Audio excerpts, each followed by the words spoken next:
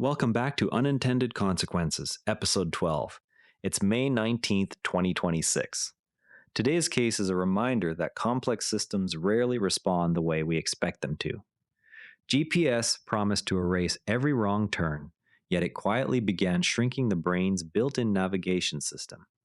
In 2016, a delivery driver in London followed his GPS down a narrow towpath beside the Regent's Canal. The van became wedged between two bridges and blocked the path for hours. The route had looked perfect on the screen. What the driver could not see was that the same device had already begun to change how his brain stored the city's layout. This tool was built to remove the friction of finding one's way. Instead, it started to remove the very mental maps people once carried inside their heads. The engineers who refined civilian GPS in the 1990s and early 2000s were solving a clear, practical problem. Before satellite navigation, drivers relied on paper maps, verbal directions, and their own memory. Those methods produced frequent delays, fuel waste, and occasional accidents in unfamiliar territory. The US military had already demonstrated that continuous positioning signals could guide vehicles and aircraft with meter-level accuracy. Selective availability was switched off in May 2000. Commercial firms such as Garmin and TomTom simply extended that capability to ordinary cars. At the time, the trade-off seemed obvious and benign. Free mental bandwidth for other tasks while the machine handled the geometry.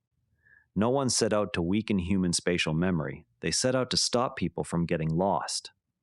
By 2007, the first iPhone carried Google Maps with turn-by-turn voice guidance. Within 5 years, most new vehicles offered factory navigation. Adoption was rapid in cities where traffic and one-way systems made traditional map reading stressful. Early reviews praised the systems for cutting journey times and lowering driver stress. A few cognitive scientists noted that constant reliance might affect memory. Yet the dominant message from manufacturers and transport agencies was that safer, more efficient travel was now available to everyone. By 2015, smartphone navigation had become the default method for the majority of drivers in North America and Europe. Neuroscientist Eleanor Maguire's long-running studies of London taxi drivers provided the clearest before and after contrast.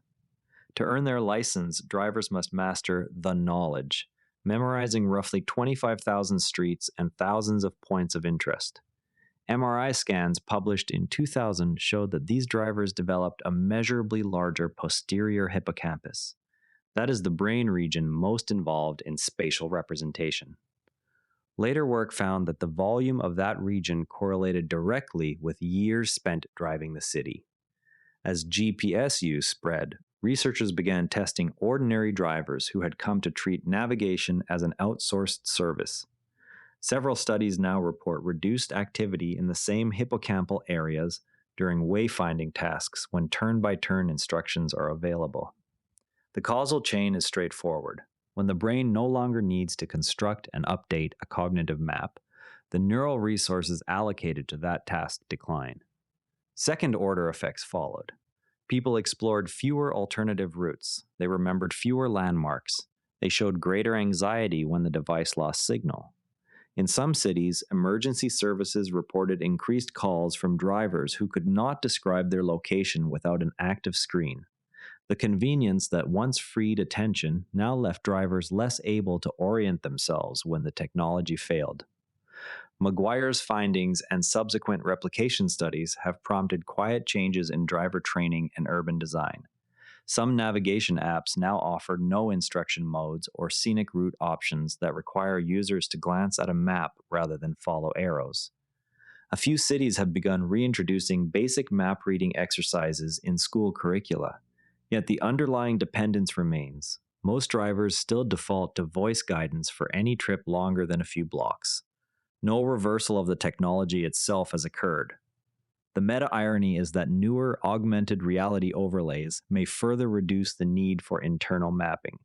The current state is therefore one of managed accommodation rather than correction.